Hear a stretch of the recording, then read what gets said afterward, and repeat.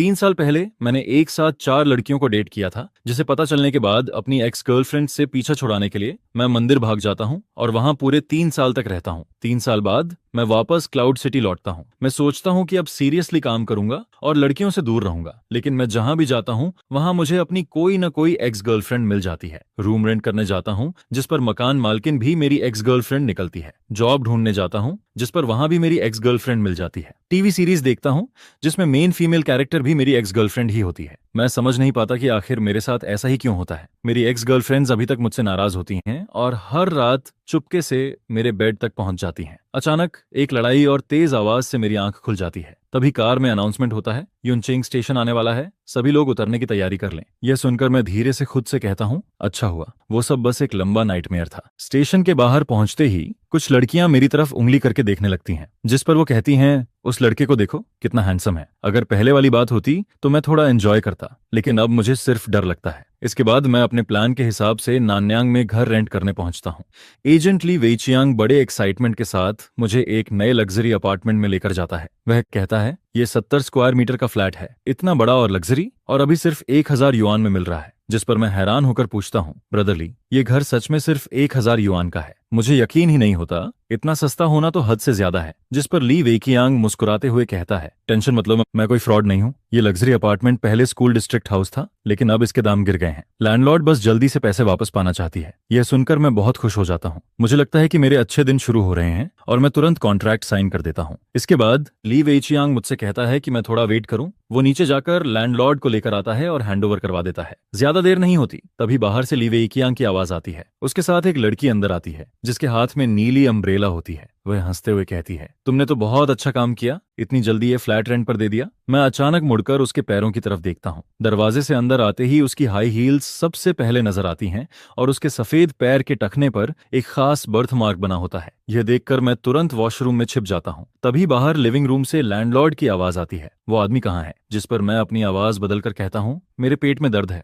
मुझे थोड़ा टाइम लगेगा, या फिर आप वीचैट छोड़ दीजिए, मैं बाद में ऐड कर लूंगा। मैं अपनी आवाज छुपाने की कोशिश करता हूँ, लेकिन बाहर वाली औरत अचानक ली वेइचियांग से पूछती है, मिस्टर, जो की आवाज कुछ अजीब नहीं लग रही, क्या ऐसी बहुत तेज चल रहा है? जिस पर उसे सर्दी हो गई है। लेकिन अगले ही पल वो अचानक पूछती है, तुमने अभी उसे मिस्टर झाओ कहा था, उसका पूरा नाम क्या है? जिस पर ली वेइकियांग कहता है, मैं बताना भूल गया, उस आदमी का नाम झाओ यांग है और वो अभी अभी क्लाउड सिटी वापस लौटा है। यह सुनते ही बाहर से एक अजीब सी हंसी सुनाई देती है। फिर धीरे धीरे कदमों की आवाज मेरी तरफ आने लगती है, जिसके बाद वो वॉशरूम के दरवाजे पर नॉक करती है और कहती है, झोयांग, अब नाटक बंद करो और जल्दी बाहर आओ। मैं गहरी सांस लेता हूँ और मजबूरी में दरवाजा खोल देता हूँ। काफी देर तक चुप रहने के बाद मैं ऑकवर्ड तरीके से मुस्कुराकर कहता हूँ, शाओ शुआंग। मेरे सामने खड़ी लड़की शु शाओ शुआंग होती है। वो युनचेंग यूनिवर्सिटी की सबसे फेमस लड़की हुआ करती थी और फिर वो उन्हीं 4 लड़कियों में से एक होती है जिन्हें मैंने एक साथ डेट किया था। मुझे आज भी वो दिन याद है जब वो पहली बार कॉलेज में आई थी। उसने नीली रिबन लगा रखी थी, काली ड्रेस पहनी थी। उसके लंबे पैर और कॉन्फिडेंट एटीट्यूड ने आते ही सबका अटेंशन अपनी तरफ खींच लिया था, जिस पर बहुत सारे लोग तुरंत उसके पीछे पड़ गए थे। लेकिन बात मेरी सोच से भी ज्यादा आसानी से हो गई थी, क्योंकि ये लड़की सेन यान फैमिली की बेटी थी और सिर्फ 1 महीने के अंदर ही वो मुझ पर पूरी तरह फिदा हो गई थी। उस वक्त वो मेरे लिए इतनी क्रेजी हो गई थी कि उसने यहां तक कह दिया था कि वो मुझे अपनी कंपनी का बॉस बना देगी और खुद मेरे साथ रहेगी। वो जितनी क्यूट थी उतनी ही खतरनाक भी थी। जब मेरा 4 लड़कियों वाला राज खुल गया था, तब सबसे पहले उसी ने मेरे ऊपर मिलियन युआन रिवॉर्ड लगा दिया था। अगर मुझे अपनी 4 एक्स गर्लफ्रेंड्स में से किसी एक से सबसे ज्यादा डर लगता था तो वो डेफिनेटली चू शाओशुआंग ही थी। इस वक्त इस रेंट वाले घर में माहौल बहुत अजीब हो जाता है, जिस पर ली वेचियांग समझ जाता है कि मामला ठीक नहीं है और वो चुपचाप वहां से निकल जाता है। मैं जल्दी से कहता हूँ, ब्रदर ली, ये घर मेरे लिए सही नहीं है, मुझे मेरा डिपॉजिट भी नहीं चाहिए, मैं ये घर रेंट नहीं करूंगा। जिस पर शु शाओशुआंग मुझे घूरते हुए कहती है, क्या तुम फिर से भागना चाहते हो? कॉन्ट्रैक्ट साइन हो चुका है, अब इतनी आसानी से नहीं जा सकते। अगर तुमने जाने की कोशिश की तो मैं तुम्हें कोर्ट में घसीट दूंगी। मैं अभी अभी क्लाउड सिटी वापस आया होता हूँ और वो आते ही मुझे केस में फंसाने की धमकी देने लगती है। मेरी जॉब भी अभी तक फिक्स नहीं हुई होती, मैं सच में इतना झंझट नहीं झेल सकता। जिस पर मैं तुरंत अपना एटीट्यूड बदल देता हूँ और हंसते हुए कहता हूँ, अरे मैं तो मजाक कर रहा था, इतना अच्छा घर में कैसे छोड़ सकता हूँ? शाओशुआंग, तुम सीरियसली ले गई क्या? जिस पर वो मुझे देखती है और कहती है, शाओ शुआंग, अभी किसी ने मुझे मिस शू कहा था ना। यह सुनकर मैं ऑकवर्ड होकर मुस्कुराता हूँ। वो फिर पूछती है, हमारे बीच क्या रिश्ता है बताओ। जिस पर मैं गहरी सांस लेकर धीरे से कहता हूँ, बेबी। ये दो शब्द सुनते ही ऐसा लगता है जैसे उनमें कोई मैजिक हो। शू शाओ शुआंग का चेहरा तुरंत लाल हो जाता है। वो घबराकर खिड़की की तरफ देखने लगती है और कहती है, कौन बेबी, क्या हम इतने क्लोज हैं? पास खड़ा ली वेइचियांग हमें ऐसे देखता है जैसे वो पत्थर बन गया हो। मुझे डर लगता है कि कहीं अगले ही पल शू शाओ शुआंग फिर से नाराज होकर चली न जाए। जिस पर मैं तुरंत बात बदल देता हूँ, रेंट की बात करता हूँ और उसे वीचैट पर 5,000 युआन ट्रांसफर कर देता हूँ। लेकिन वो जाने का कोई इरादा नहीं दिखाती, बल्कि वो धीरे धीरे मेरे और करीब आने लगती है। उसकी खुशबू सीधा मेरी सांसों तक पहुंचती है। फिर वो मुझे देखकर कहती है, क्या तुम चाहते हो कि मैं ऐसे ही चली जाऊं? यह सुनकर अपनी जान बचाने के लिए मैं फैसला करता हूं कि अब सच बोल देना ही सही रहेगा। जिस पर मैं कहता हूं, शाओशुआंग, मैं पिछले 3 साल से 4 टेम्पल्स में था। मैंने वहां बहुत कुछ सीखा है। मैं सच में तुम्हारा बहुत शुक्रगुजार हूं। मुझे पता है कि मैंने तुम्हारे साथ बहुत गलत किया था, लेकिन मैं कसम खाता हूं अब आगे से मैं कभी किसी के साथ ऐसा नहीं करूंगा। मैं बस इतना कहना चाहता हूं कि मैं अब अपनी बीमारी से ठीक हो चुका हूं, इसलिए प्लीज मुझे परेशान मत करो। यह सुनकर शू शाओ शुआंग कुछ देर के लिए चुप रह जाती है।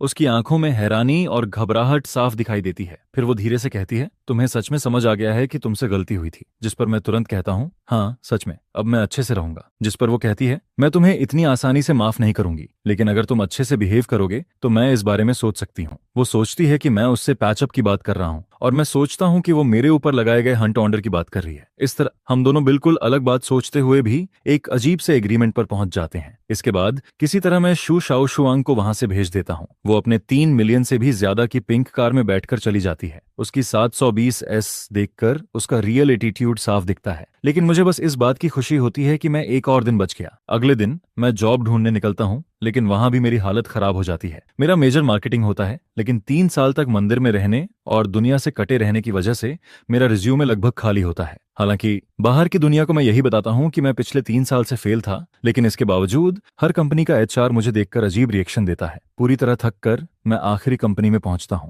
वहां इंटरव्यू रूम के बाहर कंपनी के स्टूडियो में कुछ गड़बड़ चल रही होती है। कोई कहता है कि किसी मॉडल की उंगली टूट गई है और इसी वजह से शूटिंग रुक गई है। जिस पर मैं मन ही मन सोचता हूं, क्या मैं 3 साल का बच्चा हूं जो इस तरह का बहाना मान लूंगा? तभी अंदर से एक आदमी गुस्से में कहता है, झो वेनेओ से कह दो कि मोशन मीडिया अब आगे कभी उसके साथ काम नहीं करेगी। वो खुद को समझता क्या है? इसी बीच मिस्टर झांग गुस्से में बाहर निकलता है। उसी समय मैं अपना मुड़ा हुआ रिज्यूमे हाथ में लेकर उदास चेहरा बनाए मीटिंग रूम से बाहर निकल रहा होता हूँ। मैं अभी हॉलवे से पूरी तरह बाहर भी नहीं निकल पाता, तभी उसकी नजर मुझ पर पड़ती है। वो मुझे ऊपर से नीचे तक देखता है और अगले ही पल उसका चेहरा बदल जाता है। जिस पर वो शॉक्ड होकर धीरे से कहता है, झो यांग। मैं मोशन मीडिया से बाहर निकलता हूँ। मेरा मूड पूरी तरह खराब हो चुका होता है। डिपॉजिट का पैसा भी खत्म होने वाला होता है और मैं सोचने लगता हूँ कि अब शायद मुझे खाना डिलीवर करना पड़ेगा। मैं अभी यही सोच ही रहा होता हूँ, तभी पीछे से वही एचआर भागते हुए आता है जिसने अभी मेरा इंटरव्यू लिया था। वो हाँफते हुए कहता है, 1 मिनट रुको। फिर वो कहता है, हमें लगता है कि तुम्हारी कंडीशन बहुत अच्छी है। क्या तुम्हें हमारे यहाँ काम करने में इंटरेस्ट है? यह सुनकर मेरी जिंदगी जैसे अचानक ऊपर नीचे होने लगती है। मुझे लगता है कि शायद मेरी सिंसियरिटी ने उन्हें इम्प्रेस कर दिया। मैं तुरंत कहता हूँ कि मैं मार्केटिंग का काम बहुत अच्छे से कर सकता हूँ, लेकिन मेरी बात पूरी होने से पहले ही एचआर ऑकवर्ड होकर मुझे रोक देता है। वो कहता है, असल में हम तुम्हें मार्केटिंग की जॉब नहीं देना चाहते, हम तुम्हें मॉडल बनाना चाहते हैं। यह सुनकर मैं कुछ देर के लिए चुप रह जाता हूँ। कॉलेज के टाइम पर भी किसी ने मुझे मॉडल बनने के लिए कहा था, लेकिन तब मैं अपनी 4 गर्लफ्रेंड्स के बीच इतना उलझा हुआ था कि मेरे पास बिल्कुल टाइम नहीं था। लेकिन अब सिचुएशन अलग होती है। यहाँ बेसिक सैलरी 8,000 होती है, ऊपर से कमीशन और डिविडेंड भी मिलता है, जबकि मार्केटिंग में सिर्फ 6,000 की सैलरी मिलती है। जिस पर मैं बिना कुछ सोचे तुरंत कॉन्ट्रैक्ट साइन कर देता हूँ। सर्वाइवल के लिए मैं मॉडल क्या, जरूरत पड़े तो ईंट भी उठा सकता हूँ। इसके बाद वो लोग मुझे एक प्रोफेशनल स्टूडियो में लेकर जाते हैं। मुझे लगता है कि शायद पहले कोई आसान ट्रेनिंग होगी, लेकिन वहां मौजूद लोग मुझे ऐसे देखने लगते हैं जैसे मैं कोई बहुत कीमती चीज हूँ। खासकर झोंग कुई नाम का फोटोग्राफर मुझे देखकर बार बार हैरान होता है। फिर वो लोग मुझे तेज लाइट्स के सामने खड़ा कर देते हैं और मेरी ऑकवर्ड मॉडलिंग करियर शुरू हो जाती है। लेकिन मुझे बिल्कुल नहीं पता होता कि इसके पीछे मिस्टर झांग का हाथ होता है। वही मिस्टर झांग जिसने कुछ देर पहले मेरे रिज्यूमे का मजाक उड़ाने वाले एचआर को डांटा था। इस वक्त वो दरवाजे की हल्की सी दरार से मुझे देख रहा होता है। उसकी आंखों में बहुत कॉम्प्लिकेटेड फीलिंग्स होती हैं। वो मुझे पोज करते हुए देखता है और धीरे से अपने होंठ काटता है। फिर वो मन ही मन कहता है, बेवकूफ, क्लाउड सिटी लौटकर भी मेरे पास नहीं आया। और यही मिस्टर झांग दरअसल मोक्सिन मीडिया की बॉस जेंग यूवेई होती है। वो मेरी दूसरी एक्स गर्लफ्रेंड होती है। पूरी शूटिंग में करीब 5 घंटे लग जाते हैं। मैं अभी ठीक से सांस भी नहीं ले पाता। तभी एक असिस्टेंट मेरे पास आता है और कहता है, मिस्टर झांग आपसे मिलना चाहती हैं, प्लीज मेरे साथ आइए। मैं अंदर जाता हूँ। बॉस चेयर पर एक औरत मेरी तरफ पीठ करके बैठी होती है। उसकी आवाज थोड़ी जानी पहचानी लगती है। वो पूछती है, काम कैसा लग रहा है? जिस पर मैं कहता हूँ, काफी अच्छा है, थैंक्स, आपने मुझे ये मौका दिया। तभी वो अचानक पूछती है, तुम क्लाउड सिटी वापस कब आए? यह सुनते ही मेरे चेहरे की मुस्कान गायब हो जाती है। मैं सोचने लगता हूँ कि उसे कैसे पता चला कि मैं वापस आ गया हूँ। अगले ही पल वो धीरे से मुड़ती है। उसका चेहरा देखते ही मैं पूरी तरह शॉक हो जाता हूँ। वो झांग यूवेई होती है। उसे देखते ही मेरी पुरानी यादें वापस आने लगती हैं। कॉलेज के सेकंड ईयर की वो बारिश वाली रात, मूवी थिएटर और फिर उससे पहली मुलाकात। उस वक्त मैं बस एक गरीब स्टूडेंट था और वो मेरी उन 4 एक्स गर्लफ्रेंड्स में से एक होती है। लेकिन बाकी सबसे अलग वो वही इंसान होती है जिसके लिए मेरे दिल में सबसे ज्यादा गिल्ट होता है, क्योंकि सिर्फ वही ऐसी होती है जिसने मेरे साथ कभी बुरा नहीं किया। बाकी सब मुझे छोड़कर चली गई थी, लेकिन उसने कभी मुझे नीचे गिराने की कोशिश नहीं की। फिर वो मुझे देखकर धीरे से कहती है, जल्दी वापस आ जाते, 3 साल हो गए, मैंने तुम्हें देखा तक नहीं। 3 साल पहले की वो सिंपल और कमजोर लड़की अब एक स्ट्रॉन्ग फीमेल बॉस बन चुकी होती है। जिस पर मैं धीरे से कहता हूँ, तुम्हें अभी भी मेरी याद है?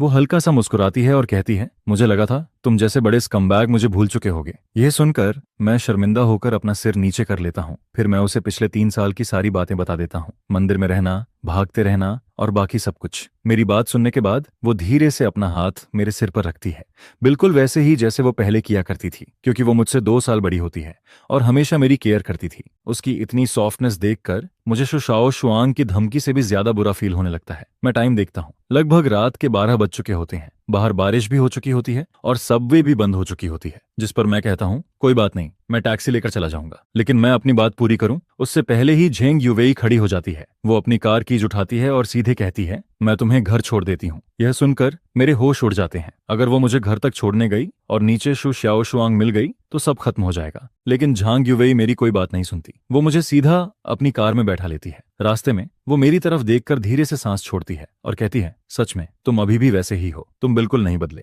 मुझे वो पुराना टाइम याद आ जाता है जब तुम मेरे साथ रहते थे। जब हम जिनू होम के नीचे पहुंचते हैं तब भी झांग यूवेई के जाने का कोई इरादा नहीं होता। वो कहती है कि बॉस होने के नाते उसे अपने सबऑर्डिनेट की केयर करनी चाहिए और वो कल मुझे ऑफिस जाने के लिए लिफ्ट दे देगी। जिस पर मैं कुछ नहीं कह पाता। आखिर मैं उसका सबऑर्डिनेट होता हूँ, इसलिए मना भी नहीं कर सकता। लेकिन जैसे ही लिफ्ट का दरवाजा खुलता है, 5वीं मंजिल के बाहर शु श्याओ शुआंग हाथ में अपना बनाया हुआ लंच बॉक्स लिए बैठी होती है। वो नीचे झुककर बैठी होती है, लेकिन जैसे ही वो मुझे और झेंग यूवेई को साथ में बाहर आते देखती है, उसका चेहरा तुरंत बदल जाता है। फिर वो भागकर मेरे पास आती है और मेरा कॉलर पकड़ लेती है। वो गुस्से में कहती है, तुमने कल ही कहा था कि अब कुछ गलत नहीं करोगे और आज ही किसी और लड़की को घर ले आए। यह सुनकर मेरे माथे पर ठंडा पसीना आ जाता है। एक तरफ लैंडलॉर्ड वाली एक्स गर्लफ्रेंड खड़ी होती है और दूसरी तरफ बॉस वाली एक्स गर्लफ्रेंड। जिस पर मैं जल्दी से कहता हूँ, मेरी बात सुनो, ये लैंडलॉर्ड है जिससे मैं कल मिला था और ये बॉस है जिससे मैं आज मिला हूँ। मैं 3 उंगलियां उठाकर कसम खाता हूँ। हालांकि बात बहुत अजीब लगती है, लेकिन ये सब सच में सिर्फ कोइंसिडेंस होता है। मैंने सच में कुछ गलत नहीं किया। हम अभी ऑफिस में ओवरटाइम कर रहे थे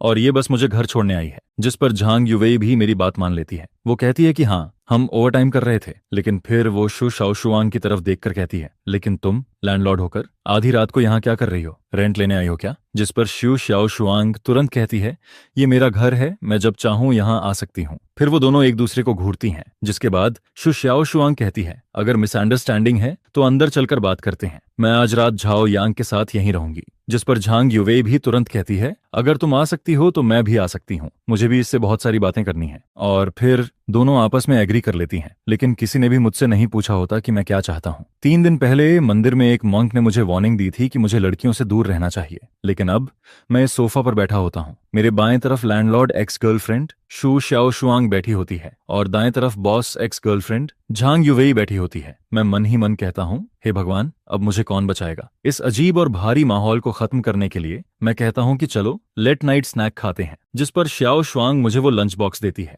वो बहाना बनाती है कि वो इसे बस रास्ते में लेकर आई थी, लेकिन जैसे ही मैं लंच बॉक्स खोलता हूँ उसके अंदर वही शेड्रेड पोक होता है जो कॉलेज में मेरा फेवरेट हुआ करता था, और वो अभी भी गर्म होता है। ये देखकर मुझे समझ आ जाता है कि वो काफी देर से मेरा इंतजार कर रही थी। लेकिन दूसरी तरफ यूवे भी पीछे नहीं रहती। वो सीधे टेकअवे ऐप खोलती है और याके चुआन के साथ बियर ऑर्डर कर देती है। थोड़ी देर बाद 3 बड़े बॉक्सेस बियर के आ जाते हैं। डिलीवरी वाला अंदर बैठी 2 खूबसूरत लड़कियों को देखकर मुझे बहुत रिस्पेक्ट से देखता है, जिस पर मैं सिर्फ ऑकवर्ड होकर मुस्कुराता हूँ। कुछ देर बाद हम तीनों साथ में खाना खाने लगते हैं। मैं श्याओ शुआंग के हाथ का बना हुआ खाना खाता हूँ। वही पुराना टेस्ट मुझे फिर से याद आ जाता है, जिस पर मेरे दिल में गिल्ट और भी ज्यादा बढ़ जाता है, क्योंकि वो दोनों मेरे साथ इतना अच्छा बिहेव करती हैं और मैं ही सबसे बड़ा बेवकूफ होता हूँ। इसके बाद मैं लगातार बियर पीने लगता हूँ। मैं खुद को रोक नहीं पाता, एक के बाद एक बोतल खत्म कर देता हूँ। फिर एक बियर कैन उठाकर उसे भी एक ही बार में पी जाता हूँ। थोड़ी ही देर में मुझे शराब चढ़ जाती है। मैं नशे में खुद को थप्पड़ मारता हूँ और लड़खड़ाती हुई आवाज में बोलने लगता हूँ, मैं अच्छा इंसान नहीं हूँ,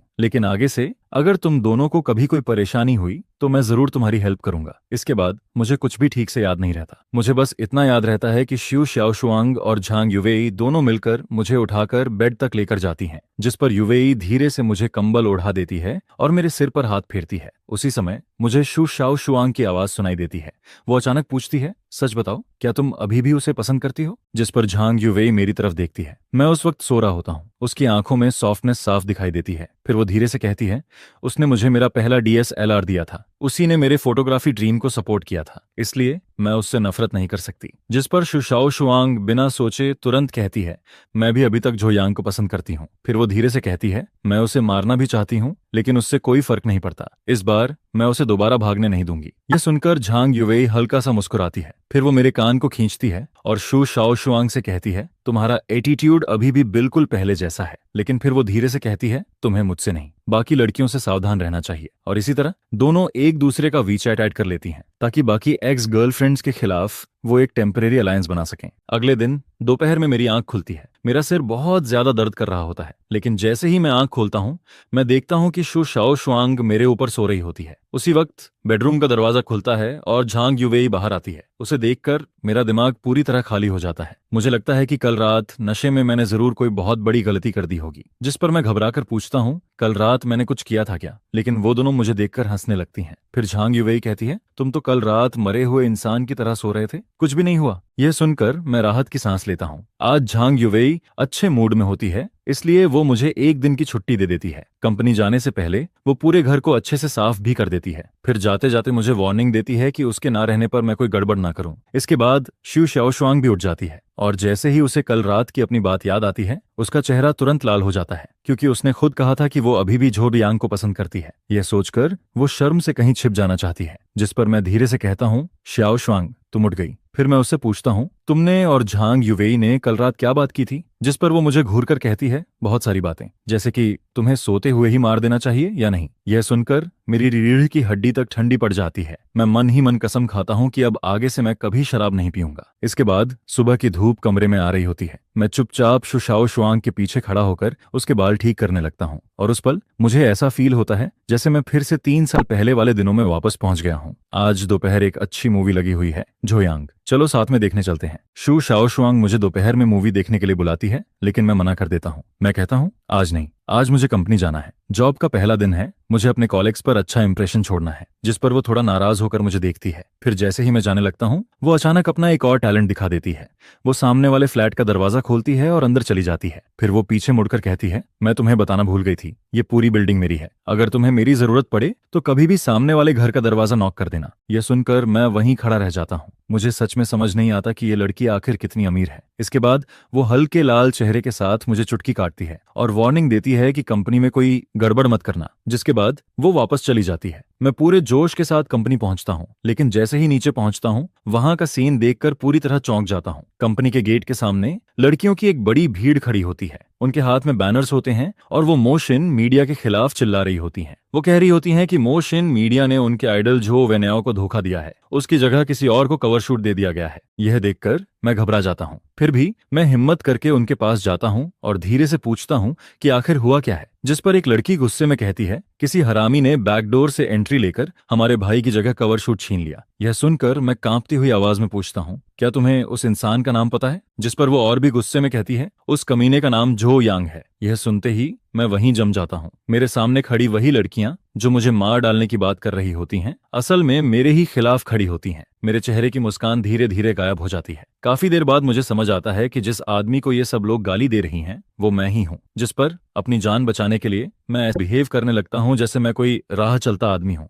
लेकिन मैं उन फैन गर्ल्स को कम समझ लेता हूँ। किसी ने ग्रुप में मेरी फोटो भेज दी होती है और अगले ही पल मेरी पहचान खुल जाती है, जिस पर सारी लड़कियां मेरी तरफ देखने लगती हैं। फिर वो जोर जोर से चिल्लाने लगती हैं। मैं जल्दी से कहता हूँ मैं उस स्टार को जानता भी नहीं हूँ, लेकिन वो मेरी बात सुनने की जगह और ज्यादा गुस्सा हो जाती हैं। फिर वो लोग झांग युवेई को भी गालियां देने लगती हैं। वो कहती हैं, झांग सरनेम वाली बॉस भी कोई अच्छी नहीं है, उसने जरूर तुम्हें अपने पास रख लिया होगा, तभी तुम्हें ये मौका मिला है। जिस पर मेरा चेहरा तुरंत बदल जाता है। मुझे गाली दो, मैं सह सकता हूँ, लेकिन मैं झांग युवेई के बारे में एक शब्द भी गलत नहीं सुन सकता। अगले ही पल मैं अपना हाथ उठाता हूँ और सबसे ज्यादा गाली देने वाले 180 पाउंड के आदमी को सीधा पंच मार देता हूँ। वो आदमी सीधे पीछे जाकर भीड़ में गिर जाता है और फिर पूरा माहौल अचानक बिगड़ जाता है। चारों तरफ चीखने की आवाज आने लगती है। लड़कियां मेरी तरफ भागने लगती हैं। लेकिन 3 साल मंदिर में रहने की वजह से मेरा शरीर पहले से बहुत मजबूत होता है। मेरी हाइट भी 1.85 मीटर होती है, इसलिए मैं भीड़ के बीच खुद को बचाने की कोशिश करता हूँ। उसी वक्त ऊपर ऑफिस में झांग युवेई मुझे खिड़की से देख रही होती है। पहले तो वो मुझे देखकर हल्का मुस्कुराती है, लेकिन जैसे ही उसे पता चलता है कि मुझे मारा जा रहा है, उसका चेहरा तुरंत बदल जाता है, जिस पर वो घबराकर नीचे भागती है। जब वो नीचे पहुंचती है तब तक मेरे चेहरे से खून निकल रहा होता है। यह देखकर उसका चेहरा पूरी तरह सफेद पड़ जाता है।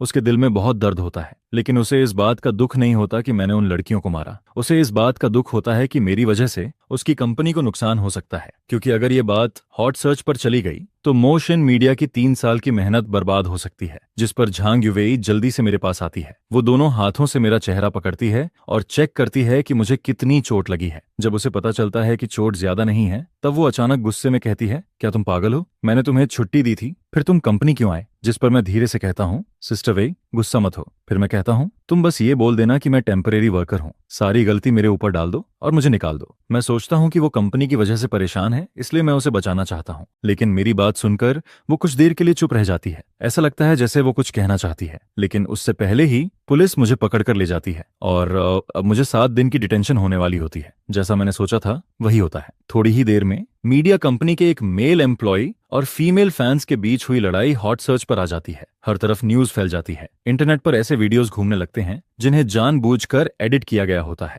जिस पर मुझे विलेन की तरह दिखाया जाता है, जैसे सारी गलती सिर्फ मेरी हो। उसी समय शाम को युंगवांग बिल्डिंग के नीचे एक ब्लैक नैनी कार आकर रुकती है। उसमें से एक लंबी खूबसूरत लड़की बाहर निकलती है। उसकी खूबसूरती देखते ही हर कोई उसे पहचान लेता है। वो पेरेंट्स होती है, एंटरटेनमेंट इंडस्ट्री की सबसे फेमस एक्ट्रेस। वो आज की सबसे बड़ी स्टार होती है और साथ ही इमोशन मीडिया की सबसे इंपॉर्टेंट आर्टिस्ट भी होती है। लिफ्ट में उसका असिस्टेंट उसे मेरे फाइट वाला हॉट सर्च दिखाता है। वो मजाक में कहता है जो वेनेओ के फैंस को किसी ने पीट दिया, लेकिन जैसे ही पेरेंट्स उस वीडियो में मेरा चेहरा देखती है, उसका चेहरा अचानक बदल जाता है। उसके हाथ कांपने लगते हैं। फिर वो धीरे से पूछती है, इस आदमी का नाम क्या है? जिस पर असिस्टेंट कहता है, इसका नाम जो यांग है, ये मोशन मीडिया का नया मेल मॉडल है और अभी इसे पुलिस पकड़ कर ले गई है। यह सुनते ही पेरेंट्स की आंखों में एक अजीब सी चमक आ जाती है। फिर वो तुरंत कहती है, आज रात के अंदर जो यांग से जुड़ी सारी हॉट सर्च हटा दो। उसकी आवाज गुस्से और एक्साइटमेंट से कांप रही होती है। सारे मीडिया रिसोर्सेज इस्तेमाल करो, जो वेनेओ के सारे काले राज निकालो और उस फाइट वाली वीडियो का ओरिजिनल वर्जन भी ढूंढो। मैं चाहती हूँ कि जो वेनेओ अभी के अभी खत्म हो जाए। इस बार जो यांग ने किसी नॉर्मल मुसीबत को नहीं छेड़ा था। इस बार उसने सीधे अपनी एक्स गर्लफ्रेंड्स को मैदान में बुला लिया था। और जिस रात मैं लॉकअप में पहली बार सो रहा होता हूँ,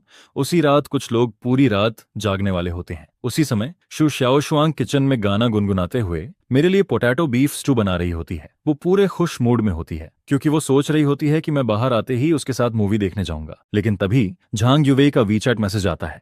उसमें लिखा होता है कि झाओ यांग लड़ाई की वजह से 7 दिन के लिए अंदर चला गया है। यह सुनते ही शु शाओशुआंग का पूरा मूड खराब हो जाता है। उसका सारा स्वीट सपना उसी वक्त टूट जाता है और जैसे ही उसे पता चलता है कि यह सब झो वेनेओ नाम के एक ट्रैफिक स्टार की वजह से हुआ है, उसकी आंखें तुरंत ठंडी हो जाती हैं। जिस पर वो तुरंत किसी को फोन लगाती है और कहती है, मुझे तुमसे एक काम करवाना है। उधर उसी वक्त झो वेनेओ एक आलीशान मैंशन में लगभग 50 साल की एक औरत के साथ जश्न मना रहा होता है।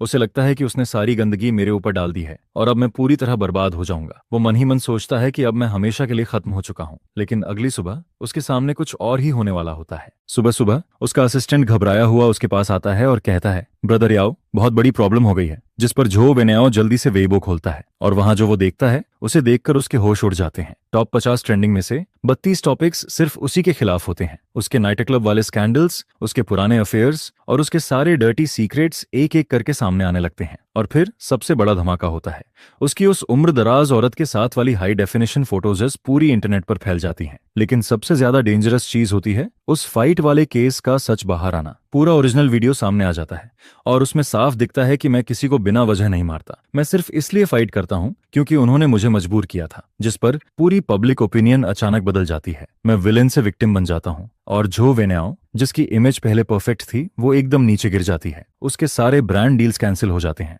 सारे एंडोर्समेंट्स खत्म हो जाते हैं और फिर युनचेंग का सबसे बड़ा ब्लैक मटेरियल ग्रुप सीधा ऑर्डर देता है कि अब पूरे इंडस्ट्री में झो वेनेओ को बैन किया जाएगा। जिस पर झो वेनेओ अपने बेड पर बैठा रह जाता है।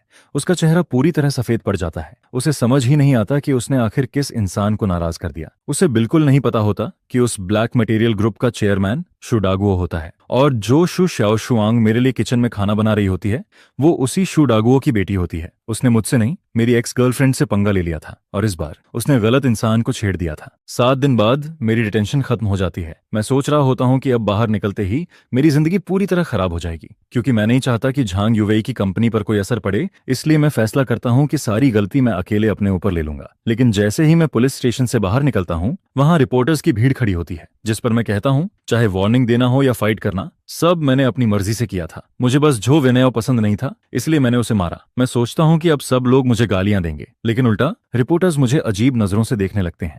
कुछ लोग तो मुझे थम्स अप तक दे देते हैं। यह देखकर मैं पूरी तरह कंफ्यूज हो जाता हूं। उसी समय झांग युवेई जल्दी से कार लेकर वहां पहुंचती है। वो मुझे बैठाती है और मुस्कुराते हुए कहती है, अपना फोन देखो। जिस पर मैं फोन खोलता हूं और मुझे पता चलता है कि इन 7 दिनों में पूरी दुनिया बदल चुकी होती है। झो वेनेओ के सारे सीक्रेट्स बाहर आ चुके होते हैं। उसके अफेयर्स, उसके लाइज, उसकी चीटिंग, सब कुछ इंटरनेट पर फैल चुका होता है। और मैं, जिसने गुस्से में किसी को मारा था, अचानक लोगों की नजर में हीरो बन गया होता हूं। जिस पर झांग युवेई अचानक कार रोक देती है। फिर वो मेरी तरफ देखती है। उसकी आंखें थोड़ी नम होती हैं। फिर वो धीरे से पूछती है, झोयांग, मैंने उस दिन पूरी वीडियो देखी थी, क्या तुमने उनसे सिर्फ इसलिए फाइट की क्योंकि वो मुझे गालियां दे रहे थे? जिस पर मैं धीरे से कहता हूं, वो लोग बहुत बुरा बोल रहे थे, लेकिन मैं अपनी बात पूरी करूं उससे पहले ही जेंग युवेई की आंखों से आंसू निकलने लगते हैं। वो मेरा हाथ पकड़ लेती है और कहती है, तो फिर तुमने मुझे पहले क्यों नहीं बताया? मैं उसे देखकर कुछ कहने ही वाला होता हूं, लेकिन अगले ही पल वो अचानक मेरा सिर पकड़ लेती है और फिर उसके नरम होंठ सीधे मेरे होंठों पर आ जाते हैं। यह देखकर मैं पूरी तरह फ्रीज हो जाता हूं। जिस पर झांग युवेई भी तुरंत लाल हो जाती है। फिर वो जल्दी से कार स्टार्ट करती है और मुझे वापस कंपनी लेकर जाने लगती है। लेकिन अंदर ही अंदर वो एक फैसला कर चुकी होती है। वो मन ही मन कहती है, सॉरी शाओशुआंग, लेकिन मैं अब भी झाओ यांग को छोड़ नहीं सकती। इसके बाद पूरी कार में अजीब सा माहौल हो जाता है। मैं बार बार अभी वाला किस याद करता रहता हूँ। 3 साल की मेहनत और कंट्रोल सब एक किस से टूटता हुआ महसूस होता है। उधर झांग युवेई भी स्टीयरिंग पकड़कर चुप बैठी होती है। ऐसा लगता है जैसे उसे भी अपनी हरकत पर शर्म आ रही हो। उसे डर होता है कि कहीं मैं उससे दूर ना हो जाऊं। कुछ देर बाद हम कंपनी पहुंच जाते हैं, लेकिन जैसे ही झांग युवेई कंपनी के बाहर खड़ी एक सफेद स्पोर्ट्स कार को देखती है, उसका चेहरा तुरंत बदल जाता है। वो बिना कुछ बोले मुझे सीधे फर्स्ट फ्लोर के मीटिंग रूम में धकेल देती है और कहती है कि मैं बाहर ना निकलूं, क्योंकि बाहर मेरी तीसरी एक्स गर्लफ्रेंड आ चुकी होती है। उसका नाम पेई ल्यूसी होता है। वो एंटरटेनमेंट वर्ल्ड की सबसे फेमस एक्ट्रेस होती है। जैसे ही वो अंदर आती है, वो सीधे पूछती है, झोयांग कहाँ है? उसके चेहरे पर एक अजीब सी स्माइल होती है, जिस पर झांग युवेई तुरंत कहती है, मैं तुम्हें उससे नहीं मिलने दूंगी। फिर वो गुस्से में कहती है, मैं किसी पागल इंसान को उसके पास नहीं जाने दूंगी, खासकर तुम्हें। क्योंकि झांग युवेई शु शाओशुआंग से तो नहीं डरती। उसे पता होता है कि शु शाओशुआंग बस गुस्सैल है, लेकिन पेई ल्यूसी अलग होती है। उसकी मेंटल कंडीशन बहुत अनस्टेबल होती है। वो सच में कुछ भी कर सकती है। वो मुझे नुकसान भी पहुंचा सकती है या खुद को भी। जिस पर पेई ल्यूसी पहले तो धमकी देती है कि वो पूरी कंपनी खत्म कर देगी, लेकिन जब झांग युवेई नहीं मानती तो अगले ही पल पेई ल्यूसी की आंखों में आंसू आ जाते हैं। वो ऐसे रोने लगती है जैसे अभी टूट जाएगी। लेकिन जब झांग युवेई फिर भी नहीं मानती, तब उसका चेहरा अचानक बदल जाता है। उसकी असली पागल स्माइल वापस आ जाती है। फिर वो बाहर खड़ी न्यूज वंस की तरफ इशारा करती है और कहती है, बाहर इतने सारे रिपोर्टर्स खड़े हैं, अगर उन्हें पता चल गया कि झो यांग मेरा एक्स बॉयफ्रेंड है तो क्या होगा? उसकी आवाज में अजीब एक्साइटमेंट होती है, क्योंकि पेई ल्यूसी ऐसी इंसान होती है जिसे फर्क नहीं पड़ता कि वो खुश रहेगी या नहीं। उसे सिर्फ इस बात की परवाह होती है कि वो झो यांग के साथ रह सके, चाहे उसके लिए दोनों को साथ में बर्बाद ही क्यों ना होना पड़े। इस पागल इंसान के सामने, जो न सिर्फ खुद को खत्म कर सकता है बल्कि मुझे भी अपने साथ खींच सकता है, जहांग युई आखिरकार मेरी जान बचाने के लिए मजबूरी में अपना सिर झुका देती है, जिस पर वो कहती है, ठीक है, मैं तुम्हें उससे मिलने दूंगी। कॉन्फ्रेंस रूम के बाहर जांग युई पे ल्यूसी को दरवाजे के अंदर जाने से पहले रोक देती है, और इस टॉप एक्ट्रेस की बेहद अनस्टेबल मेंटल कंडीशन को देखकर युई जिद करती है कि वो सिक्योरिटी चेक स्टिक से उसकी तलाशी लेगी, जिस पर जैसे ही अलार्म बजता है, पे ल्यूसी को मजबूरी में अपनी कमर के पीछे छुपाया हुआ पतला सा नाइफ निकालना पड़ता है, जिसे वो जमीन पर फेंक देती है और फिर बड़े आराम से अंदर चली जाती है। दरवाजा खुलता है और मुझे लगता है कि युई आई है, लेकिन अगले ही पल पी ल्यूसी किसी पिंजरे से निकली हुई भेड़िए की तरह सीधे मुझ पर टूट पड़ती है और मुझे जमीन पर गिरा देती है, जिस पर वो मुझे कसकर पकड़ते हुए कहती है, ब्रदर झायोआंग, लोग तुम्हें बहुत मिस करते हैं। पी ल्यूसी बिल्कुल किसी क्लिंजी किटन की तरह मेरे सीने में छुप जाती है, लेकिन अगले ही पल वो अचानक अपना चेहरा उठाती है और दोनों हाथों से मेरे कंधे पकड़ लेती है। उसकी आंखें पूरी तरह पागलपन से भरी होती हैं, जिस पर वो पूछती है, तुम मुझे 3 दिन पहले छोड़कर क्यों गए थे? क्या इसलिए क्योंकि मैं उतनी खूबसूरत नहीं हूं, या फिर इन 4 बदबूदार औरतों की वजह से? बोलो। जिस पर मैं मजबूरी में अपना हाथ बढ़ाकर उसके सिर पर थपकी देता हूं और अगले ही पल वो पागल लड़की फिर से शांत हो जाती है, जो देखकर वो फिर से एक छोटी सी दुखी लड़की की तरह रोने लगती है। यही है पे ल्यूसी, मेरी तीसरी एक्स गर्लफ्रेंड, एक ऐसी औरत जिसके दिमाग में थोड़ा प्रॉब्लम है, जिस पर वेई शीली को देखकर मैं अपने फर्स्ट ईयर की उस पहली मुलाकात को याद करने लगता हूँ। उस समय फिल्म स्कूल में उसे बाकी लोग बहुत परेशान करते थे और वो जोर से मेरे पास आकर मेरा कांटेक्ट मांगती है, जिस पर मैं दूर खड़े उन लोगों को देखकर हंस देता हूँ जो उसका मजाक उड़ा रहे होते हैं, और फिर मैं सीधे उससे कहता हूँ, अगर तुम नहीं चाहती कि लोग तुम्हें परेशान करें तो तुम्हें खुद मजबूत बनना पड़ेगा। लेकिन उस समय मुझे नहीं पता था कि वो सिंगल पेरेंट फैमिली में बड़ी हुई है और उसकी माँ ने उसे करेक्शन स्कूल भेज दिया था, जहां कई सालों तक उसका ब्रेन वॉश और सप्रेशन होता रहा था। मेरी वो बात उसके अंदर छुपे हुए मॉन्स्टर को बाहर निकालने वाली चाबी बन जाती है, जिस पर उसी दिन उसने अपने 5 रूममेट्स को घायल कर दिया था और बाद में मुझे सिर्फ एक मैसेज भेजती है, जिसमें लिखा होता है, मैंने उन्हें मारा और मैं वापस आ गई, गुड जॉब, है ना? इसके बाद उसकी दुनिया में सिर्फ 2 लोग बचते हैं, वो और मैं। शुरुआत में जब मैं उसके साथ था तब मुझे सिर्फ इतना लगता है कि पे ल्यूसी बहुत ज्यादा पॉजिटिव है, जिस पर फर्स्ट ईयर में ही मैं उससे ब्रेकअप करना चाहता था, लेकिन तभी मैं उसे पागलों की तरह बेकाबू होते देखता हूँ। वो एक डैगर पकड़कर मुझे होटल रूम में बंद कर देती है और वो पागल एक्सपीरियंस ऐसा था जिसकी वजह से मैं दोबारा कभी ब्रेकअप का नाम लेने की हिम्मत नहीं करता। इसके बाद मैं उसकी नेचर को समझ जाता हूँ। हालांकि उसकी मेंटल कंडीशन खराब है, लेकिन उसका दिल सॉफ्ट है, हार्ड नहीं। अगर उसे 2 प्यार भरी बातें बोल दो और उसके सिर पर हाथ फेर दो तो वो आसानी से मान जाती है। और उस समय जब मेरी 4 लड़कियों के साथ रिलेशन होने वाली बात सामने आ गई थी, तब मैं 50% इसलिए भागा था क्योंकि मुझे डर था कि कहीं वो मुझे मार ना दे। और इस समय वो मेरे सीने पर लगातार मुक्के मार रही होती है और रोते हुए कहती है, तुम घटिया आदमी, तुम भागे क्यों थे? जिस पर मैं कहता हूँ, क्या मैं इसलिए नहीं भागा था क्योंकि मुझे डर था कि तुम गुस्सा हो जाओगी? यह सुनकर मुझे फिर से यकीन हो जाता है कि चारों एक्स गर्लफ्रेंड्स में सबसे खतरनाक वही है, लेकिन सबसे आसान भी वही है। मैं बस उसे 2 प्यार भरी बातें कहता हूँ और उससे वादा करता हूँ कि मैं आगे भी क्लाउड सिटी में ही रहूंगा, जिस पर वो अगले ही पल किसी गुस्से वाली लड़की से शांत इंसान बन जाती है। लेकिन फिर भी वो तभी मानती है जब मैं उसे किस करने वाला होता हूँ। इसके बाद जब हम दोनों जमीन पर बैठे हुए फ्यूचर की बातें कर रहे होते हैं, तभी वो अचानक कुछ बैंक कार्ड्स निकालती है और फिर वो अपनी पिछले 3 साल की सारी कमाई मुझे दे देती है, जिस पर वो कहती है, ये सब तुम्हारे लिए है ताकि तुम्हें आगे कभी काम न करना पड़े, ठीक है? एक इतनी फेमस एक्ट्रेस की इतनी बड़ी सेविंग को देखकर भी मैं बिना सोचे उसे मना कर देता हूँ, क्योंकि वो मुझे सपोर्ट नहीं करना चाहती,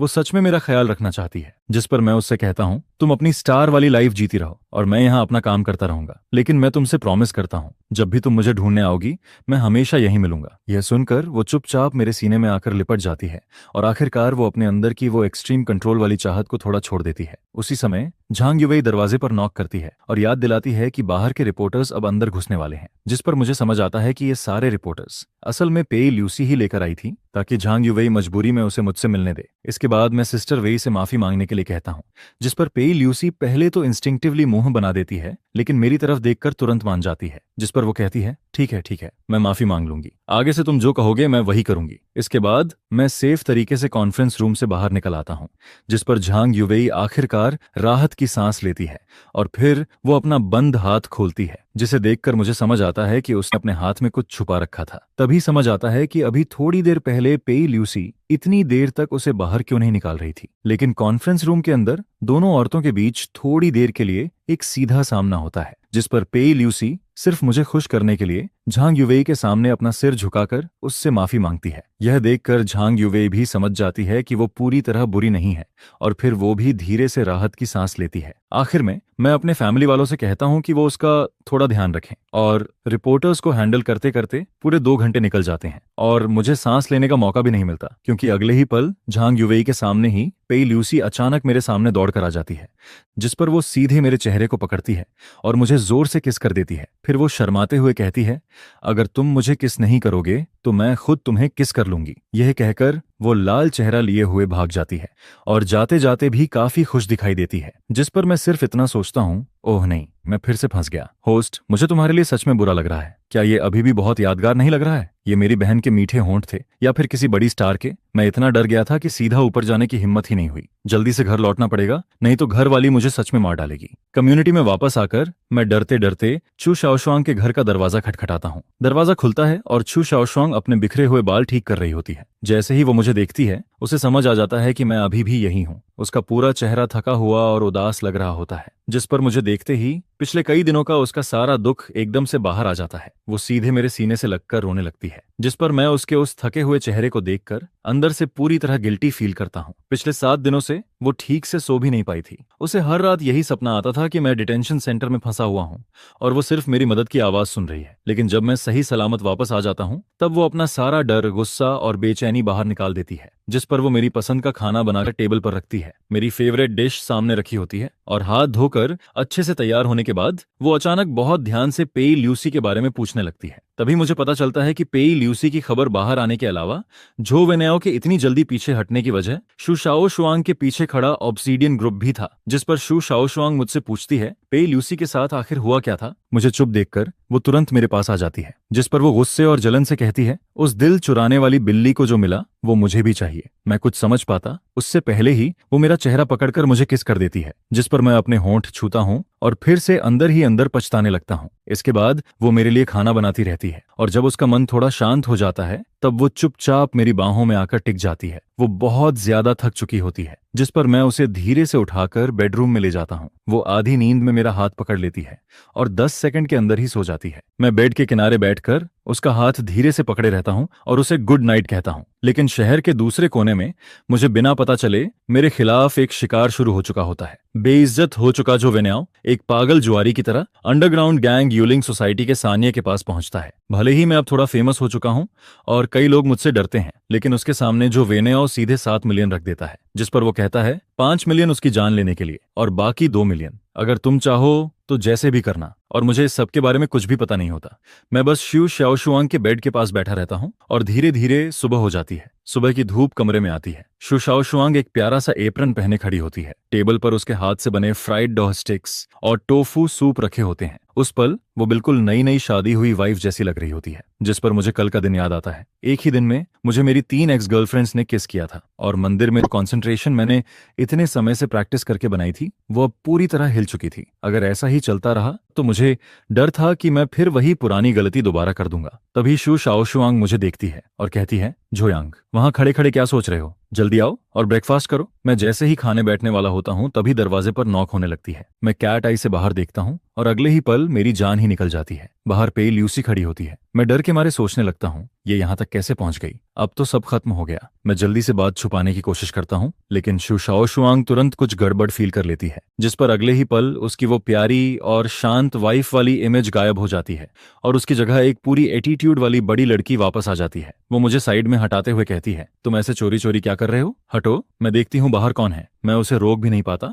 और वो सीधे दरवाजा खोल देती है। दरवाजे के बाहर पेई ल्यूसी खड़ी होती है। वो पहले धीरे से कुछ बोलने वाली होती है, लेकिन फिर उसकी नजर शू शाओशुआंग पर पड़ती है, जिस पर दोनों एक दूसरे को घूरने लगती हैं। सबसे मुश्किल 2 एक्स गर्लफ्रेंड्स इस पल आमने सामने खड़ी होती हैं। शू शाओशुआंग हल्की सी मुस्कान के साथ कहती है, ओह, तो तुम हो बड़ी स्टार। अब समझ आया अभी ये इतना नर्वस क्यों था। जिस पर पेई ल्यूसी भी सीधे मेरी तरफ हाथ हिलाती है, लेकिन अगले ही पल उसकी आंखें तेज हो जाती हैं और वो शू शाओशुआंग से पूछती है, तुम यहाँ क्या कर रही हो? शू शाओशुआंग बिना डरे जवाब देती है, ये पूरा बिल्डिंग हमारी फैमिली की प्रॉपर्टी है। मैं जहां चाहूं रह सकती हूँ और जिसके साथ चाहूं रह सकती हूँ। फिर वो मेरी तरफ देखकर कहती है, मैं तो भूल ही गई थी कि तुम सिर्फ एक फूलदान जैसी हो। जिस पर पेई ल्यूसी का चेहरा तुरंत बदल जाता है। वो कहती है, शू शाओशुआंग, तुम्हें लगता है कि सिर्फ पैसे के दम पर तुम इसे अपने साथ रख सकती हो? पेई ल्यूसी की ये बात सीधा शू शाओशुआंग के सबसे दर्द वाले पॉइंट पर लगती है। मैं जल्दी से बात बदलने की कोशिश करता हूँ, जिस पर मैं मुस्कुराते हुए पेई ल्यूसी से कहता हूँ, चलो बाहर घूमने चलते हैं। लेकिन वो मुझे पूरी तरह इग्नोर कर देती है और कहती है, मेरे पास टाइम नहीं है, आज इसे मेरे साथ काम पर जाना है। जिस पर शू शाओशुआंग तुरंत जवाब देती है, मैंने तुमसे पूछा था क्या? तुम इसके लिए फैसले क्यों ले रही हो? तुम होती कौन हो? पी ल्यूसी भी तुरंत पलटकर कहती है, तो मैं भी तुमसे यही पूछती हूँ, तुम खुद को क्या समझती हो? उन दोनों को कॉरिडोर में लड़ने से रोकने के लिए मैं मजबूरी में दोनों को साथ ब्रेकफास्ट करने के लिए टेबल पर बैठा देता हूँ और फिर मैं खुद उनके बीच में किसी बेचारे वेटर की तरह बैठ जाता हूँ। पी ल्यूसी शुआ शियाशुआंग के बनाए हुए टोफू सूप का एक कौर खाती है। उसकी आंखों में साफ नापसंदगी दिखाई देती है, लेकिन फिर भी वो अकड़कर कहती है, ठीक है, किसी तरह खाया जा सकता है, लेकिन इसमें कोई रियल टेस्ट नहीं है। फिर वो शू शियाशुआंग से पूछती है, क्या तुम रोज खुद खाना बनाती हो? जिस पर शू शाओशुआंग शांत होकर जवाब देती है, मैं यूजुअली बहुत बिजी रहती हूँ, तुम्हारी तरह मेरे पास हर दिन इतना फ्री टाइम नहीं होता कि मैं सिर्फ बाहर घूमती रहूं। पी ल्यूसी तुरंत कहती है, अगर टाइम हो तो खाना बनाना सीख लेना चाहिए, कुछ लोगों को बाहर का खाना पसंद नहीं होता। जिस पर शू शाओशुआंग सीधे मेरी तरफ देखती है और बात का तीर मेरी तरफ घुमा देती है, ऐसा है क्या? मुझे तो लगा था जो यांग को बाहर का खाना पसंद है। जिस पर ल्यूसी मेरी तरफ देखते हुए पूछती है, जो यांग, तुम्हें आखिर खाना कहाँ खाना पसंद है? और फिर वो दोनों मुझे घूरने लगती हैं। इस सवाल के सामने मेरे माथे पर ठंडा पसीना आ जाता है और मुझे लगता है कि मेरा सिर अभी फट जाएगा। जिस पर तभी जब ऐसा लग रहा होता है कि दोनों किसी भी पल मुझ पर टूट पड़ेंगी, तभी मेरा फोन बज जाता है। वो झांग युवेई का कॉल होता है, जिस पर मैं मन ही मन चिल्लाता हूँ, सिस्टर वेई की जय हो। झांग युवेई का ये फोन मेरे लिए किसी लाइफ सेवर से कम नहीं होता, क्योंकि अभी कुछ सेकंड पहले तक शू शाओशुआंग और ल्यूसी की नजरें मुझे जिंदा खा जाने वाली थीं। मैं तुरंत फोन उठाकर कहता हूँ, हेलो जांग, क्या कंपनी में इमरजेंसी है? ठीक है, मैं अभी आता हूँ। मैं कंपनी में इमरजेंसी होने का बहाना बनाता हूँ और पूरी एक्टिंग करने की कोशिश करता हूँ, लेकिन ये दोनों लड़कियां इतने समय से मेरे साथ हैं कि मेरी आंखें जरा सी भी इधर उधर होती हैं तो इन्हें तुरंत पता चल जाता है कि मैं झूठ बोल रहा हूँ। जिस पर लिविंग रूम, जो पहले से ही भारी माहौल में था, अब और भी ज्यादा ठंडा हो जाता है। मैं बोलना बंद कर देता हूँ और ल्यूसी भी चुपचाप अपना सिर झुका लेती है। उस ब्रेकफास्ट के दौरान मुझे सच में ऐसा लग रहा होता है जैसे मैं किसी मौत की सजा के बीच बैठा हूं। यहां तक कि प्लेट में रखे फ्राइड डॉ स्टिक्स भी मुझे किसी टॉर्चर जैसे लगने लगते हैं। पूरा माहौल इतना भारी हो जाता है जैसे हवा भी रुक गई हो। जिस पर मैं जल्दी जल्दी खाना खत्म करता हूं और वहां से निकलने की कोशिश करता हूं। मैं ल्यूसी की तरफ देखकर कहता हूं, बड़ी स्टार, रहने दो, अगर किसी ने तुम्हें मेरे साथ देख लिया तो तुम मुसीबत में पड़ जाओगी। मैं तुम्हें मन खुद छोड़ देता हूं।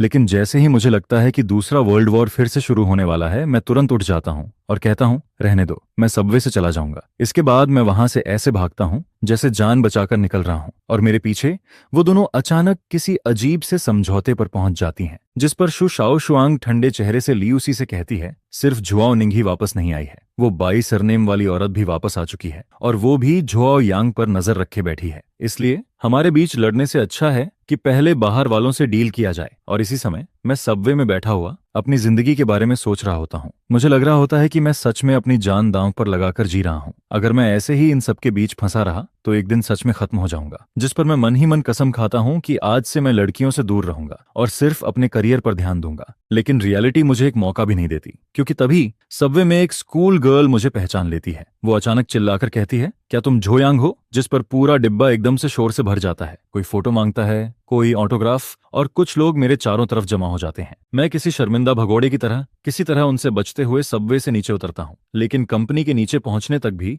मेरा दिमाग अभी तक ठीक नहीं हुआ होता। मैं बस जल्दी से ऑफिस पहुंचना चाहता था। तभी पीछे से एक आदमी हुडी पहने हुए मेरी तरफ आता है और धीरे से पूछता है, तुम झाओ यांग हो, है ना? मैं बिना उसकी तरफ देखे कैजुअली जवाब देता हूँ, अभी थोड़ा अर्जेंट काम है, अगली बार साइन दे दूंगा। मुझे लगता है कि वो भी कोई फैन है, लेकिन अगले ही पल एक ठंडी चमक मेरी आंखों के सामने से गुजरती है। जिस पर वो आदमी अचानक नाइफ निकालकर मेरे गले की तरफ वार करता है। मैं इंस्टिंक्टिवली पीछे हटता हूँ, जिस वजह से वो वार मेरे गले की जगह कंधे पर लग जाता है। मेरे कंधे से तुरंत खून निकलने लगता है, लेकिन वो आदमी बहुत तेजी से हरकत करता है। वो मेरा कंधा पकड़ लेता है और इससे पहले कि मैं कुछ कर पाऊं, उसका नाइफ मेरे पेट में घुस चुका होता है। जिस पर कंपनी के नीचे का वो आम सा रास्ता अगले ही पल किसी डरावने सीन में बदल जाता है। वो आदमी नाइफ वापस खींचने ही वाला होता है कि तभी मैं पूरी ताकत से उसका हाथ पकड़ लेता हूँ और जोर से चिल्लाता हूँ, आग लग गई, जल्दी आओ। मेरी आवाज सुनकर आसपास के लोग तुरंत इकट्ठा होने लगते हैं। जिस पर किलर घबरा जाता है और जल्दी से अपने साथी की मोटरसाइकिल पर बैठकर वहां से भाग जाता है। जमीन पर गिरने से पहले मैं बस इतना कह पाता हूँ, एम्बुलेंस बुलाओ। 5 मिनट बाद मोशन मीडिया के बाहर झांग युवेई मेरा इंतजार कर रही होती है। लेकिन मेरी जगह वहां पेई ल्यूसी और शु शाओशुआंग भी पहुंच जाती हैं। तीनों औरतों को अभी तक ये तय करने का मौका भी नहीं मिला था कि मुझे कौन अपने पास रखेगी।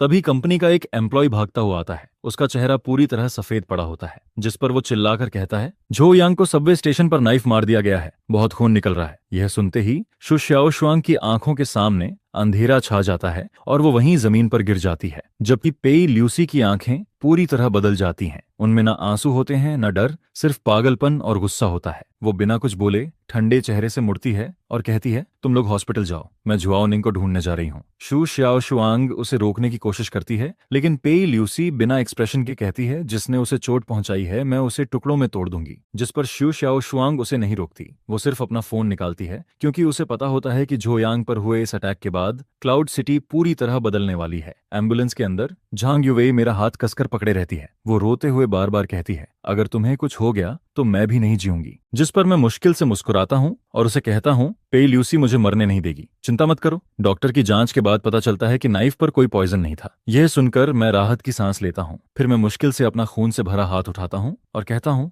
मैंने उसके हाथ की स्किन अपने नाखूनों में फंसा ली थी, उसमें उसका डीएनए होगा। जल्दी से एविडेंस कलेक्ट करो, चाहे मेरे अंदर सिर्फ एक सांस ही क्यों ना बची हो। जिसने मुझे मारने की कोशिश की है, मैं उसे इसकी कीमत जरूर चुकवाऊंगा। क्लाउड सिटी में रेड डार्क ग्रुप को सबसे ताकतवर अंडरग्राउंड फोर्स माना जाता है, जिसने खुद को सबसे अच्छे तरीके से साफ इमेज में बदल लिया था। और उस ग्रुप की रूलर जुआओनिंग सिर्फ 31 साल की थी। वो क्लाउड सिटी की सबसे अमीर लोगों में से एक थी। इसी समय ये पुरानी अंडरवर्ल्ड क्वीन शीशे के सामने खड़ी होकर खुद को तैयार कर रही होती है, उस आदमी से मिलने के लिए जिससे वो सबसे ज्यादा प्यार भी करती है और सबसे ज्यादा नफरत भी, झोयांग। वो अपने पुराने सख्त कपड़े उतार देती है और उनकी जगह एक लाल रंग की टाइट ड्रेस पहनती है, जिसे देखकर कोई भी आदमी अपना होश खो दे। लेकिन फिर भी झोयांग उसके सामने नहीं आता। मेरा इंतजार करने वाली ऑफिस में घुसकर आई हुई पेई ल्यूसी होती है। वो सीधे जुआओनिंग के सामने जाकर कहती है, सही कहा, सिर्फ तुम ही उसे कंट्रोल कर सकती हो, उसे हॉस्पिटल पहुंचा दिया गया है। जिस पर पेई ल्यूसी ठंडे चेहरे से आगे कहती है, किसी ने उसे नाइफ मार दिया है। यह सुनते ही जुआओनिंग के चेहरे पर मौजूद पांचवी बहन वाली नरमी एक पल में गायब हो जाती है और उसकी जगह भयानक गुस्सा आ जाता है। जिस पर वो धीरे से कहती है, जिसने भी उसे हाथ लगाया है, याओ नियांग उसे अपने हाथों से खत्म करेगी। पिल्यूसी मानती है कि उसकी पहुंच अंडरग्राउंड ब्लैक मार्केट तक नहीं है, इसलिए मजबूरी में वो अपनी पुरानी दुश्मन जुआओनिंग के पास आती है। जिस पर जुआओनिंग ठंडी आवाज में कहती है, लगता है कुछ लोग 12 घंटे के अंदर मेरा नाम भूल गए हैं। ठीक है, मैं उन्हें फिर से याद दिलाती हूँ। उसी समय हॉस्पिटल में मेरी सर्जरी अभी खत्म हुई होती है और जब पुलिस मुझसे सवाल करती है, तब मैं हैरानी वाली शांति के साथ जवाब देता हूँ। मैं कहता हूँ, किलर का डीएनए मेरे नाखूनों में होना चाहिए, शायद वो तुम्हारे काम आए। ऐसा लग रहा होता है जैसे पुलिस पहले भी ऐसे केसेस देख चुकी है। जिस पर वो जल्दी से बात खत्म करती है और फिर वहां से चली जाती है। पुलिस के जाने के बाद मैं हॉस्पिटल बेड पर लेटकर चैन की सांस लेता हूँ। लेकिन मैं इतना शांत क्यों हूँ, इसकी वजह मूवीज नहीं है। असल वजह यह है कि 6 साल पहले मैंने सच में किसी को मार दिया था और उस काम में मेरी पार्टनर मेरी एक्स गर्लफ्रेंड जुआओनिंग थी। जैसे ही मुझे जुआओनिंग का नाम याद आता है, मेरे पूरे शरीर में ठंडक दौड़ जाती है और उसके साथ एक अजीब सा गुस्सा और डर भी वापस आने लगता है, क्योंकि 6 साल पहले जो हुआ था वो मेरी यादों में किसी जलते हुए निशान की तरह छपा हुआ है, जिस पर मैं मन ही मन कसम खाता हूँ, चाहे कुछ भी हो जाए मैं उससे मिलने नहीं जाऊंगा। क्योंकि अगर मैंने उसे फिर से देखा तो बड़ी मुश्किल से उससे दूर बनाई हुई मेरी जिंदगी पूरी तरह टूट जाएगी। इसी बीच झांग युवेई हाथ में खाना लेकर वार्ड में आती है। वो मेरे पास आकर कहती है, तुम्हारा फेवरेट खाना लेकर आई हूँ। जिस पर मैं तुरंत पूछता हूँ, सिस्टर वेई, पी ल्यूसी और शु शाओशुआंग कहाँ हैं? वो दोनों क्यों नहीं आई? मैं पूछना तो चाहता हूँ कि वो दोनों आखिर कहाँ गई हैं, लेकिन झांग युवेई मेरी सारी आदतें पहले से समझती है। जिस पर वो मुझे घूरकर कहती है, उनके पास जरूरी काम है, तुम बस यहाँ चुपचाप लेटे रहो। भले ही वो बात को कैजुअली टाल देती है, लेकिन मुझे साफ महसूस होने लगता है कि क्लाउड सिटी में कुछ बहुत बड़ा शुरू हो चुका है। और मेरा अंदाजा सही निकलता है, क्योंकि इस समय पूरा क्लाउड सिटी हिल चुका होता है। ऊपर से देखने पर मेरे नाम से जुड़े 30 से ज्यादा टॉपिक्स हॉट सर्च में चल रहे होते हैं। और उससे भी ज्यादा शॉकिंग बात यह होती है कि ऑब्सिडियन ग्रुप अचानक 10 मिलियन का रिवॉर्ड अनाउंस कर देता है। जो भी उस किलर के बारे में कोई जानकारी देगा, उसे सीधे 10 मिलियन मिलेंगे, जिस पर पूरे शहर के लोग पागल हो जाते हैं। अब लोग सिर्फ इंसाफ के लिए नहीं, बल्कि अपनी जिंदगी बदलने वाले उस पैसे के लिए भी किलर को ढूंढ रहे होते हैं। और सिर्फ शहर की नॉर्मल दुनिया ही नहीं, क्लाउड सिटी की अंधेरी दुनिया भी हिल चुकी होती है। हर छोटे बड़े गैंग का बॉस एक जगह जमा होता है और उन्हें इतना चुप कराने वाला सिर्फ एक इंसान होता है, जुआओनिंग। एक पुराने अंडरग्राउंड हाइडआउट में जुआओनिंग अब फिर से अपनी पुरानी पहचान में लौट चुकी होती है। वो अपना सूट पहन चुकी होती है और अब वो किसी अमीर बिजनेस वुमन की तरह नहीं बल्कि गोस्ट यिन गैंग की रदरलेस बॉस लग रही होती है। तभी श्यूकाई नाम का एक आदमी अपने साथियों के साथ अंदर आता है। वो न सिर्फ बेअदबी से बात करता है बल्कि झूनिंग का मजाक उड़ाने की भी कोशिश करता है, जिस पर वो हंसते हुए कहता है, झूनिंग, तुम्हारा इतना गुस्सा देखकर लगता है कि तुम अभी भी वही पुरानी औरत हो। यह सुनते ही झूनिंग की आंखें ठंडी हो जाती हैं। वो धीरे से कहती है, तुमने मुझे गाली देने की हिम्मत की, लगता है तुम जीना नहीं चाहते। शूकै अभी अपनी जगह से उठता ही है कि अगले ही पल पीछे से एक स्वॉर्ड उसके शरीर को पार कर जाती है, जिस पर श्यूकाई वहीं जम जाता है और जुआओनिंग उसे ऐसे देखती है जैसे वो कोई इंसान नहीं, सिर्फ कूड़े का ढेर हो। वो बिना कुछ कहे सिर्फ अपने एक्शन से सबको बता देती है कि क्लाउड सिटी में अभी भी असली रूल उसी का चलता है। फिर वो धीरे से हाथ हिलाती है और श्यूकाई की बॉडी जमीन पर गिर जाती है, जिस पर वो बाकी लोगों से कहती है, अगर कोई मुझे छूने की बात करेगा तो उसका यही हाल होगा। बाकी 4 गैंग बॉसेस ये देखकर इतने डर जाते हैं कि वो अपना सिर तक उठाने की हिम्मत नहीं करते। इसके बाद जुआओनिंग वापस शांत होकर अपनी चेयर पर बैठ जाती है, लेकिन उसके चेहरे का गुस्सा अभी भी खत्म नहीं हुआ होता। वो धीरे से कहती है, 4 घंटे के अंदर पता करो जिसने झोयांग पर अटैक किया वो किसके नीचे काम करता है। अगर तुम लोगों ने पता लगा लिया तो गोस्ट यिन गैंग तुम्हें अपना टेरिटरी दे देगा, लेकिन अगर नहीं पता लगा पाए तो फिर तुम्हारा एंड श्यूकै जैसा होगा। यह सुनते ही पूरे क्लाउड सिटी की अंडरग्राउंड दुनिया पागलों की तरह किलर को ढूंढने में लग जाती है। और इसी समय मैं हॉस्पिटल में बेड पर बैठा हुआ झांग युवेई के छिले हुए एप्पल खा रहा होता हूँ। तभी झांग युवेई कहती है, शु शाओशुआंग ने ऑब्सीडियन ग्रुप से 10 मिलियन का रिवॉर्ड निकलवा दिया है। यह सुनकर मैं थोड़ा खुश हो जाता हूँ, क्योंकि मुझे लगता है कि कम से कम वो लोग मेरी फिक्र कर रहे हैं। लेकिन झांग युवेई तुरंत मेरी तरफ देखकर कहती है, तुम सच में बहुत बड़े स्कमबैग हो। तुम्हारी वजह से मीडिया, पूरे क्लाउड सिटी के लोग और यहाँ तक कि गैंगस्टर्स भी पागल हो चुके हैं। जिस पर मैं अचानक रुक जाता हूँ, क्योंकि उसके मुंह से निकला हुआ गैंगस्टर वाला वर्ड मुझे अजीब लगता है। मैं तुरंत उसकी तरफ देखता हूँ। झांग युवेई का चेहरा एक पल के लिए घबरा जाता है और फिर वो जल्दी से दूसरी तरफ देखने लगती है, जिस पर मेरे शरीर में ठंडी लहर दौड़ जाती है। मैं तुरंत बेड के पास की रेलिंग पकड़ लेता हूँ, क्योंकि मैं जुआओनिंग को बहुत अच्छे से जानता हूँ। अगर वो सच में इस मामले में उतर गई है तो वो किलर को पुलिस के हवाले नहीं करेगी, वो सच में उसे मार डालेगी। उसी समय रेड गूस लोन कंपनी के अंदर यूलिन सोसाइटी का तीसरा बॉस लूसन अपने 2 आदमियों पर गुस्सा कर रहा होता है। ये वही 2 लोग होते हैं जिन्होंने मुझ पर अटैक किया था। उनमें से एक ने मुझे नाइफ मारा था और दूसरा बाहर मोटरसाइकिल लेकर इंतजार कर रहा था। वो तो लालच में आकर मेरे ऊपर अटैक करने वाले उन दोनों लोगों का सिर भी ऑब्सीडियन ग्रुप को बेचकर 10 मिलियन का रिवॉर्ड लेना चाहता था। लेकिन तभी उसे बॉस वांग चेनक का फोन आता है और जैसे ही उसे पता चलता है कि 6 साल से गायब जुआओनिंग भी खुद लोगों को ढूंढने निकल चुकी है, वो सीधे डर के मारे जमीन पर गिर जाता है। जिस पर लू वॉल तुरंत फैसला करता है, हमें अभी इसी वक्त यहाँ से निकलना होगा। ये जगह अब सेफ नहीं है। लेकिन मोटरसाइकिल चलाने वाला उसका छोटा साथी उसके साथ मरना नहीं चाहता था, जिस पर वो चुपके से ऑब्सीडियन ग्रुप को फोन कर देता है और कुछ ही देर में सारी जानकारी शो शाओशुआंग तक पहुंच जाती है। वो घृणा से हंसती है और पुलिस को फोन करने के बजाय सीधा उनकी लोकेशन जुआओनिंग को भेज देती है, क्योंकि वो चाहती है कि कानून से पहले वो कमीने लोग असली नरक का दर्द महसूस करें। उसी समय यूलिन सोसाइटी का बॉस वांग चेन अभी भी के टीवी में बैठा हुआ होता है। उसकी गोद में एक लड़की होती है और वो शराब पीते हुए गाना सुन रहा होता है। वो अभी भी अपने मजे में डूबा होता है और सोच रहा होता है कि घोस्ट यिन नान्याकोहियन गैंग का एरिया अब उसका हो जाएगा। लेकिन तभी के टीवी का दरवाजा खुलता है और जुआओनिंग अंदर आती है, जिस पर वांग चेनक का चेहरा एकदम सफेद पड़ जाता है। उसकी जान जैसे शरीर से निकल जाती है। वो कांपते हुए कहता है, सिस्टर जुआओ, आप यहाँ कैसे?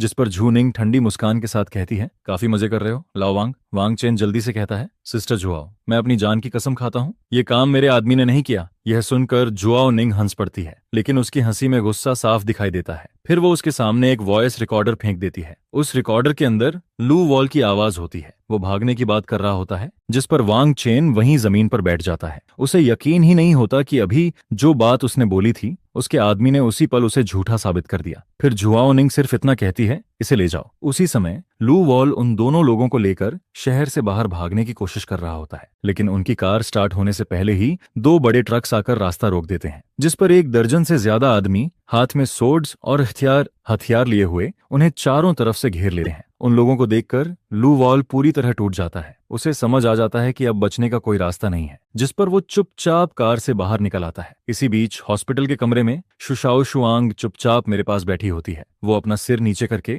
मेरे बहुत करीब बैठी रहती है। सुबह हुई लड़ाई को याद करके वो अभी भी थोड़ा गुस्सा होती है, लेकिन मुझे देखकर वो फिर से उसी छोटे पप्पी जैसी बन जाती है। उसकी आंखें लाल होती हैं, और जब मैं सोचता हूं कि उसने मेरे लिए पूरे शहर में 10 मिलियन का रिवॉर्ड लगवा दिया, तो मेरे दिल में एक अजीब सी मिठास महसूस होने लगती है, जिस पर मैं उसके सिर पर हाथ फेर देता हूं। लेकिन ये सुकून ज्यादा देर नहीं रहता, क्योंकि जैसे ही मैं उसका हाथ पकड़ता हूं, मैं तुरंत पूछता हूं, सच बताओ, क्या जुआओ निंग भी इसमें शामिल है? जिस पर शू शाओशुआंग एक पल के लिए चुप हो जाती है, लेकिन आखिरकार वो धीरे से सच बता देती है। वो कहती है, पे ल्यूसी ने ही जुआओ निंग को ढूंढा था। यह सुनते ही मेरे पूरे शरीर में ठंडा पसीना निकल आता है। पी ल्यूसी पहले से ही मेंटली अनस्टेबल है, और जुआओ निंग ऐसी औरत है जो बिना पलक झपकाए किसी को भी मार सकती है। मैं जैसे ही इन दोनों को एक साथ इमेजिन करता हूं, मेरा दिल जोर से धड़कने लगता है, क्योंकि मैं सच में डर जाता हूं। एक छोड़ी हुई फैक्ट्री के अंदर गर्म हवा में मौत की बदबू फैली हुई होती है। लुचियांग और उसके दोनों आदमी जुओनिंग और पेई ल्यूसी के सामने घुटनों पर बैठे होते हैं, जिस पर जुआओनिंग अभी तक कुछ नहीं करती। वो बस पीछे खड़ी होकर उन्हें घूरती रहती है। आखिरकार टूटकर लुचियांग सब सच बता देता है। वो झो वेनाओ का नाम लेता है। यह नाम सुनते ही पेई ल्यूसी की आंखों में पागलपन फिर से भर जाता है। उसे तुरंत अपनी पुरानी नरमी पर पछतावा होने लगता है।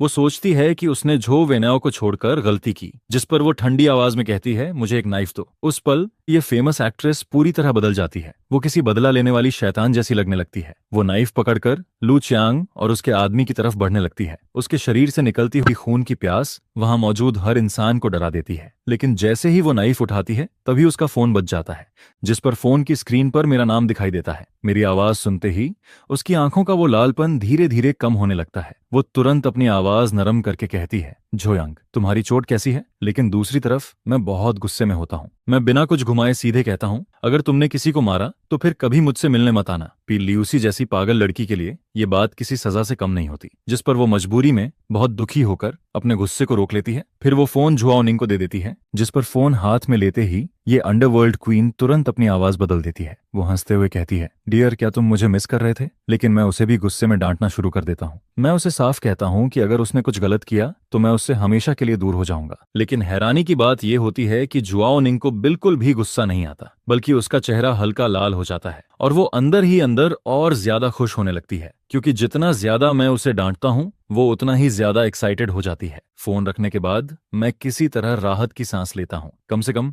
मैंने पेई ल्यूजी के हाथ खून से रंगने से रोक लिया था। लेकिन दूसरी तरफ जुआओनिंग की आंखें फिर से ठंडी हो जाती हैं। वो लू चियांग और उसके आदमी की तरफ देखती है और मन ही मन सोचती है, मैंने झोयांग से वादा किया था कि पेई ल्यूसी किसी को नहीं मारेगी, लेकिन इसका मतलब ये नहीं है कि मैं इन कचरों को छोड़ दूंगी। उधर झांग युवेई पूरे दिन मेरे साथ लगी रहती है, और जब वो जाने लगती है तो मेरे कान के पास आकर धीरे से कहती है, मेरी बहन यहाँ नहीं है, इसका फायदा उठाकर किसी और लड़की के साथ कुछ मत करना। यह कहकर वो मुझे घूरती है और फिर चली जाती है। उसके जाने के बाद शू शाओशुआंग मेरे बेड के पास बैठी रहती है। वो इतनी ज्यादा थक जाती है कि आखिरकार बेड के किनारे सिर रखकर वहीं सो जाती है, जिस पर मैं धीरे से उससे कहता हूँ, तुम ठीक हो? पहले बैठ जाओ। क्या तुम अभी भी मुझसे नाराज हो? वो धीरे से सिर हिलाती है और कहती है, हाँ, मैं नाराज हूँ। लेकिन फिर वो मेरी तरफ देखकर कहती है, क्योंकि मैं जानती हूँ तुम मुझे बचाना चाहते थे, लेकिन सबसे पहले तुम्हें खुद को बचाना चाहिए था। फिर वो अपना सिर झुका लेती है और धीरे से कहती है, असल में ये सब मेरी गलती है। अगर मैं झो वेनायाओ को पूरी तरह खत्म कर देती तो शायद ये सब कभी नहीं होता।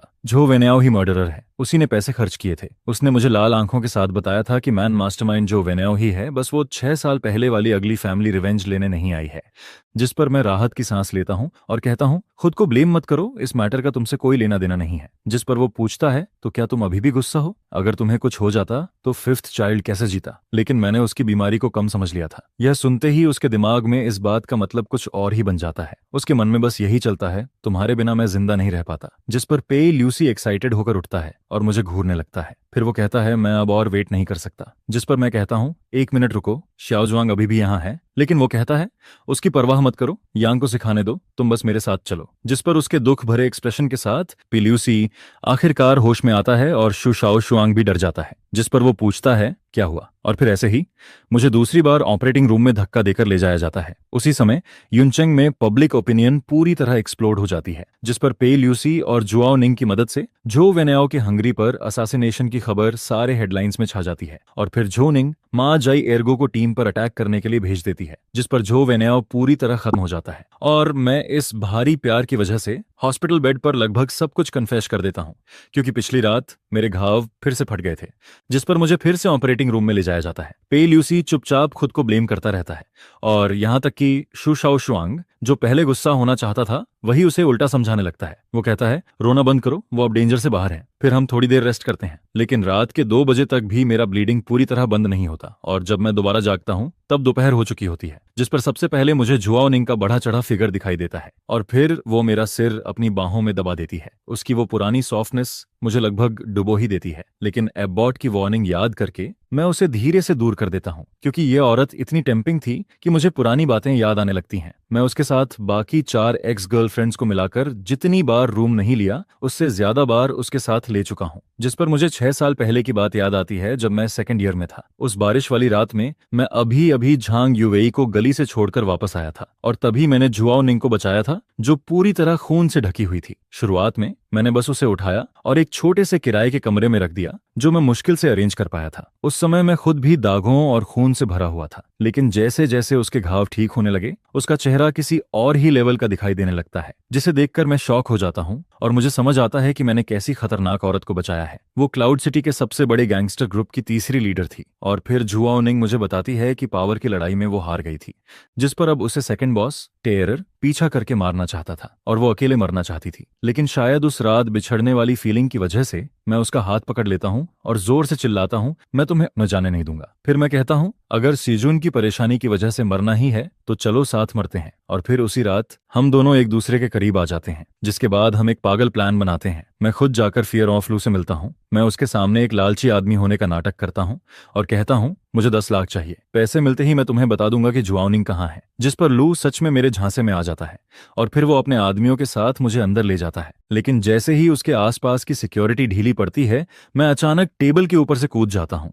फिर वाइन बॉटल तोड़ता हूँ और भेड़िए की तरह उसके गले पर मार देता हूँ। मुझे याद नहीं कि उस समय कितना दर्द हुआ था, मुझे बस इतना याद है कि हर तरफ खून था और मेरे सामने एक बॉडी पड़ी हुई थी और जब मुझे दोबारा होश आता है तब तक लुओ मर चुका होता है। यही मेरा सीक्रेट था, मेरे शांत चेहरे के नीचे छुपा हुआ, क्योंकि 6 साल पहले ही मैं एक ऐसा इंसान बन चुका था जिसने किसी को मार दिया था। जिस पर जुआओ निंग को देर से यह बात समझ आती है और वो कहती है, तुम पागल हो, वापस स्कूल जाओ, यहाँ का काम मुझ पर छोड़ दो। जिसके बाद वो आखिर में मुझे स्कूल वापस भेज देती है और फिर 3 महीने बाद मैं और जुआओ निंग एक साथ आ जाते हैं और उसके बाद हमारा रिलेशन काफी स्मूथली चलने लगता है। जुआओ निंग मुझसे 5 साल बड़ी है और वो इकलौती औरत है जिसने मेरे 4 लड़कियों के साथ चल रहे रिलेशन को पहले ही समझ लिया था, लेकिन फिर भी उसने मुझे एक्सेप्ट किया। यहाँ तक कि वो 3 साल पहले क्लाउड सिटी छोड़कर चली गई थी और फिर उसने मुझे पागलों की तरह ढूंढा, जब तक कि उसने मेरा हॉट सर्च नहीं देख लिया। जिसके बाद वो विदेश से वापस उड़कर आ जाती है, जिस पर हॉस्पिटल बेड के सामने खड़ी जुआओ निंग की आंखों से धीरे धीरे आंसू गिरने लगते हैं और वो पूछती है, इस बार तुम कितने समय के लिए रुकने वाले हो? जिस पर मैं कहता हूँ, मैं युनचेंग में रहूंगा। सच कहूं तो पिछले 3 सालों में मैं बस 4 सेकंड के लिए ही दूर गया था। फिर मैं अपना सीना थपथपाता हूं और उससे कसम खाकर कहता हूं, लेकिन जुआओ निंग मुझ पर बिल्कुल भरोसा नहीं करती, बल्कि वो धीरे से अपना कॉलर नीचे करती है और मेरी तरफ झुक जाती है, जिस पर मेरी सारी डिफेंस एक पल में टूटने लगती है और मैं लगभग कंट्रोल खोने वाला होता हूं। तभी दरवाजा खुलने की आवाज आती है और फिर झांग युवेई हाथ में लंच बॉक्स लेकर अंदर आती है। वो लाल चेहरे के साथ मुझे देख रही होती है, लेकिन अगले ही पल झांग युवेई का एक्सप्रेशन दोनों औरतों की डरावनी नजरों के बीच गायब हो जाता है, जिस पर कमरे के अंदर एक अजीब सी टक्कर शुरू हो जाती है। जुआओ निंग तुरंत झांग युवेई को पहचान लेती है, वही इंसान जिसने 3 साल पहले मुझे युनचेंग से भागने में मदद की थी। लेकिन हैरानी की बात यह होती है कि वो गुस्सा नहीं होती, बल्कि ताली बजाकर कहती है, झायोंग के हॉस्पिटल से निकलने के बाद क्यों ना हम तीनों साथ ट्रिप पर चलें। यह सुनकर झांग युवेई वहीं पर पूरी तरह स्टंट रह जाती है, क्योंकि उसने शायद कभी इस अंडरवर्ल्ड गॉडमदर की इतनी अजीब सोच इमेजिन नहीं की थी। और फिर वार्ड के अंदर की हवा जैसे पूरी तरह जम जाती है। खुद को बचाने के लिए मैं जल्दी जल्दी कहने लगता हूं कि मैं कोई औरत नहीं हूं, लेकिन मुझे बिल्कुल उम्मीद नहीं होती, क्योंकि झांग युवेई दांत भींचकर कहता है कि जब समय आएगा तब वो इस बारे में सोच लेगा। जिस पर उसकी इतनी हद तक टॉलरेंस देखकर मैं लगभग पूरी तरह उसकी सॉफ्टनेस में डूबने लगता हूं। और तभी जैसे कोई हीरो सही समय पर आता है, वैसे ही अचानक 2 लोग सामने आ जाते हैं। वो थे शु शाओ शुआंग और पेई ल्यूसी की माँ, जिनके आते ही वार्ड का माहौल एक पल में खराब हो जाता है, क्योंकि जुओनिंग अभी अभी हम तीनों के साथ घूमने का आइडिया दे चुकी थी। लेकिन ये दोनों इतने आसानी से मानने वाले नहीं थे,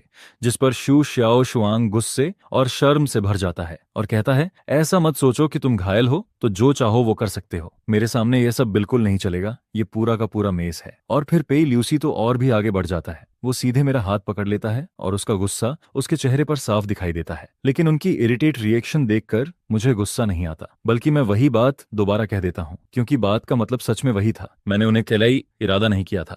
जिस पर जुआओ निंग जानबूझकर अपना कॉलर थोड़ा नीचे कर देती है और फिर वो अपनी चेस्ट मेरी तरफ झुकाकर कहती है, जुयांग, तुम्हें कौन ज्यादा पसंद है, मैं या फिर सिस्टर शाओ शुआंग? जिस पर इंस्टिंक्ट की वजह से मेरी नजर वहीं अटक जाती है और इसी बार मैं सच में पूरी तरह फंस जाता हूँ। जिस पर जुआओ निंग हंसने लगती है और कहती है, झाओ यांग, तुम सच में बिल्कुल भी सीधे इंसान नहीं हो। और फिर लड़कियों की चिल्लाने की आवाज के बीच मेरा घाव उम्मीद के मुताबिक फिर से खुल जाता है। इसके बाद हॉस्पिटल में बिताए गए 10 दिनों के दौरान झो वेनाओ ऐसे गायब हो जाती है जैसे हवा में खो गई हो। पुलिस उसकी सारी प्रॉपर्टी फ्रीज कर देती है और उसके खिलाफ वारंट भी जारी हो जाता है, जिस पर जुआओ निंग और शु शाओ शुआंग भी पूरे क्लाउड सिटी में उसे ढूंढते रहते हैं, लेकिन उन्हें उसका कोई पता नहीं चलता। फिर जिस दिन मुझे हॉस्पिटल से डिस्चार्ज किया जाता है, उसी दिन जुआओ निंग का फोन आता है और वो हल्की सी हंसी के साथ मुझे बताती है कि झो वेनाओ मिल गई है और उसे पुलिस स्टेशन वापस ले जाया गया है। जिस पर मैं पूछता हूँ वो कहाँ मिली। तब पता चलता है कि भागते समय झो वेनाओ को उसकी एक फीमेल फैन पहचान लेती है। वो फैन बाहर से छोटी और मासूम दिखती थी, लेकिन अंदर से बिल्कुल अलग थी। शुरुआत में उसने झो वेनाओ के साथ बहुत पॉलिटली बिहेव किया, लेकिन बाद में जब झो वेनाओ उसके साथ रहने लगी, तब उस फैन ने उसे ड्रग्स दे दिए और आयरन चेन से बांध दिया। इसके बाद पूरे 8 दिनों तक झो वेनाओ, जो पहले सबकी नजरों में आइडल थी, अब एक कोने में बंद खिलौना बनकर रह जाती है। वो हर दिन सिर्फ डॉग बाउल में बचा हुआ खाना खाती है और फिर एक दिन दरवाजा दोबारा खुलता है, जिस पर अंदर कई और फीमेल फैंस आ जाती हैं।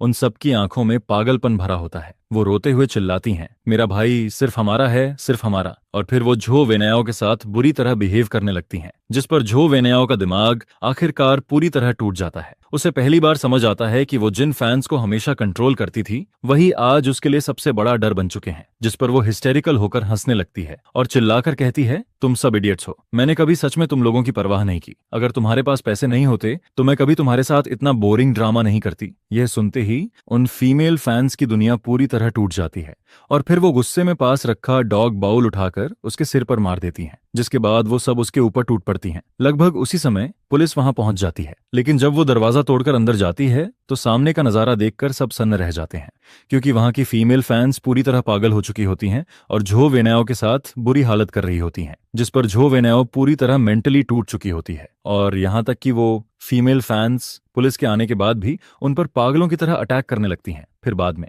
इन्वेस्टिगेशन के दौरान मुझसे पूछा जाता है कि क्या मैं झो वेनाओ से नफरत करता हूं, जिस पर मैं शांति से जवाब देता हूं, मैं उससे या उसके फैंस से नफरत नहीं करता। वो दोनों बस बहुत बीमार लोग हैं, जिनकी सोच और वैल्यूज पूरी तरह खराब हो चुकी हैं। जिस पर मॉनिटर में दिखाई दे रही झो वेनाओ का चेहरा बिल्कुल खाली होता है और पुलिस कहती है कि उसकी मेंटल कंडीशन अब खराब हो चुकी है। लेकिन मैं जानता हूं अब वो अपनी पूरी जिंदगी इसी डर में जिएगी कि कोई पागल फैन फिर से उसके सामने आ जाएगा और यही उसके लिए सबसे बड़ी सजा है। इसके बाद उसी दिन जुओ निंग मुझे 3 साल पहले वाले पुराने शहर में वापस ले जाती है। हम दोनों सोचते हैं कि उस सानहे होटल में जाएंगे जहां हम पहली बार डेट पर गए थे, लेकिन जैसे ही हम वहां पहुंचते हैं, अंदर से आवाज आने लगती है, जिस पर हमें पता चलता है कि कुछ लोकल गुंडे होटल की मालकिन से प्रोटेक्शन मनी मांग रहे हैं। यह देखकर जुआओ निंग हल्का सा हंसती है, क्योंकि यह सब उसके लिए बहुत फेमिलियर था। अंडरग्राउंड वर्ल्ड का यही तरीका था। मैं कुछ बोल पाता उससे पहले ही जुआओ निंग मुस्कुराते हुए आगे बढ़ जाती है और फिर कहती है, आजकल के यंग लोग सफाई के रूल्स तक भूल गए हैं। जिस पर सामने खड़ा गुंडा उसे डांटने ही वाला होता है, लेकिन जैसे ही वो जुआओ निंग का चेहरा देखता है, उसके हाथ से स्टील पाइप